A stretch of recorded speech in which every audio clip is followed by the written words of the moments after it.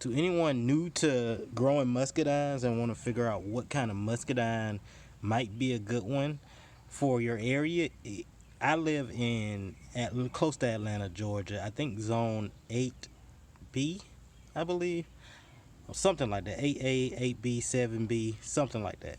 But check out your growing zone so you can know which one matches Atlanta, Georgia. But if you're growing in that zone, you want to check out the Carlos muscadine.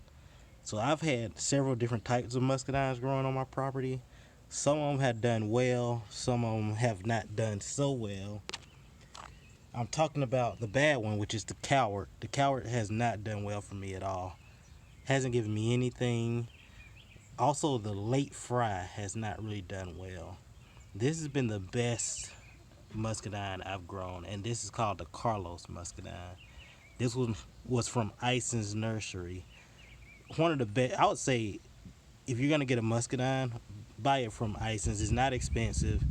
You can get a 2-year plus tree that's 5 foot and above or muscadine, not tree, but it'll be probably with shipping $25 because it's probably gonna run you 15 and then 10 for shipping, maybe 15, but it's well worth it.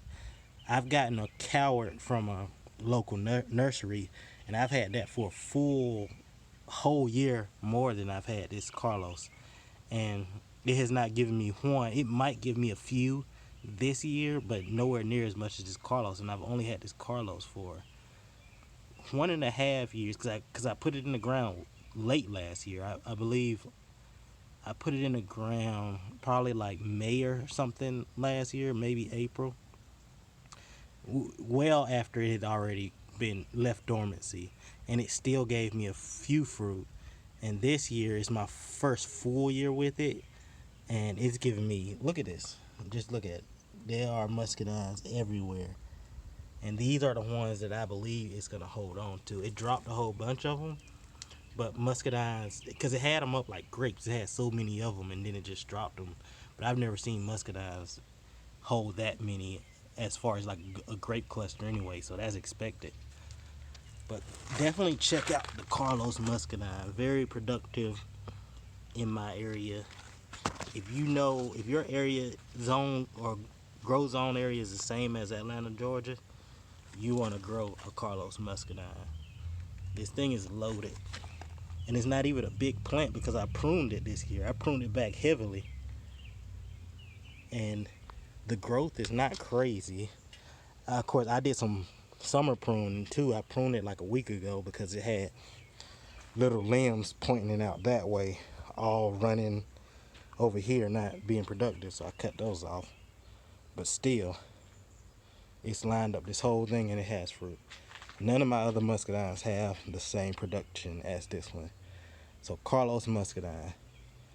I'm thinking of getting a new one from Isons called a Ruby Crisp, but I don't know how productive that's going to be compared to this Carlos. I don't really care about, I don't know, production is kind of the thing that I care about the most. I don't water this thing, I don't do anything for it, and it's giving me more fruit than any of my other plants so far.